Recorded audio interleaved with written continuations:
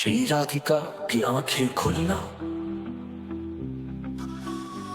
श्री राधिका के जन्म के दूसरे दिन पूर्णिमासी देवी कीर्तिदा देवी के बुलावे पर वृषभानु महाराज के घर आई। बच्ची को देखते ही वे बहुत खुश हो गई और बोली, आपके घर में जो प्रकट हुई है वे रासेश्वरी के अलावा कोई और नहीं है। उन्होंने कीर्तिदा और वृषभानु महाराज को सलाह देते हुए कहा, इस कन्या की अच्छी तरह देखभाल कीजिएगा। उन्होंने बताया कि यह लक्ष्मी देवी का स्रोत है और पृथ्वी और गोलोक की रानी है। इसकी हमेशा गोपियां पूजा करती हैं।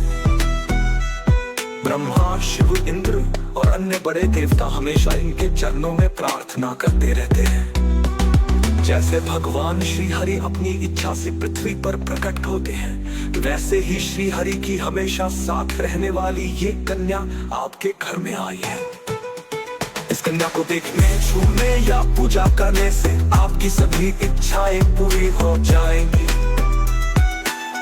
ये कुछ गुप्त लीलाएं करने के लिए यहाँ प्रकट हुई है। आपका कर्तव्य है कि इस कन्या की अच्छी तरह देखभाल करें।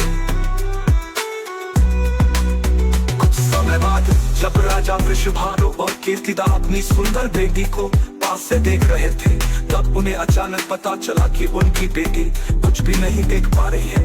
उसकी आंखें अभी भी बंद थी। ये देखकर कीर्तिदा और घर के सभी लोग दुखी होकर रोने लगे कि इतनी सुंदर कन्या अंधी है। अंधी होने पर भी उसकी बहुत सुंदरता के कारण सभी लोग वृषभानु और कीर्तिदा की नई जन्मी बच्ची को देखने आने लगे। नंद और यशोदा भी अपने पुत्र कृष्ण को साथ लेकर वहां आए। नंद महाराज और वृषभानु महाराज मिलते ही एक दूसरे को गले लगाया और यशोदा माता का कीर्तिदा देवी ने बहुत प्यार से स्वागत किया। उन्हें घर में बैठाया और गले भी लगाया। भगवान श्री कृष्ण समझ गए कि उनकी हमेशा साथ रहने वाली श्री राधा कीर्तिदा के घर में प्रकट हुई है। राधा रानी शिशु कन्या के रूप में बिस्तर पर लेटी थी। जब यशोदा और जरूर यहाँ पाठ को उसी रूप में प्रस्तुत किया गया है। श्री राधिका के नेत्रों का खुलना, कीर्तिदा दोनों नवजात कन्या के दुर्भाग्यपूर्ण अंधेपन के विषय में चर्चा करने में व्यस्त थी। श्री कृष्ण माँ यशोदा के गोद से नीचे उतर गए। जिस कमरे में राधा रानी सोई हुई थी, उस कमरे में जाकर वे उनकी शैया पर चढ़ गए और उनके दोनों नेत्रों का स्पर्श किए। तुरंत ही राधा रानी अपने प्रियतम श्री कृष्ण के दर्शन के लिए अपनी आंखें खोली।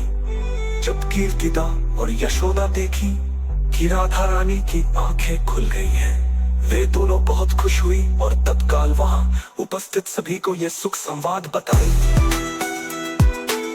फलस्वरूप वृषभानु महाराज और कीर्तिदा के घर में आनंदोल्लास का वातावरण छा गया।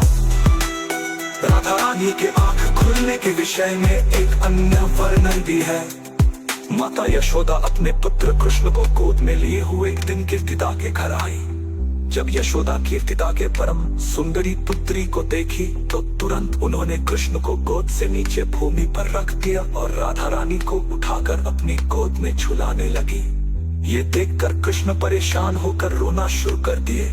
यशोदा नीचे झुककर कृष्ण को भी गोद में उठा ली। छोड़ने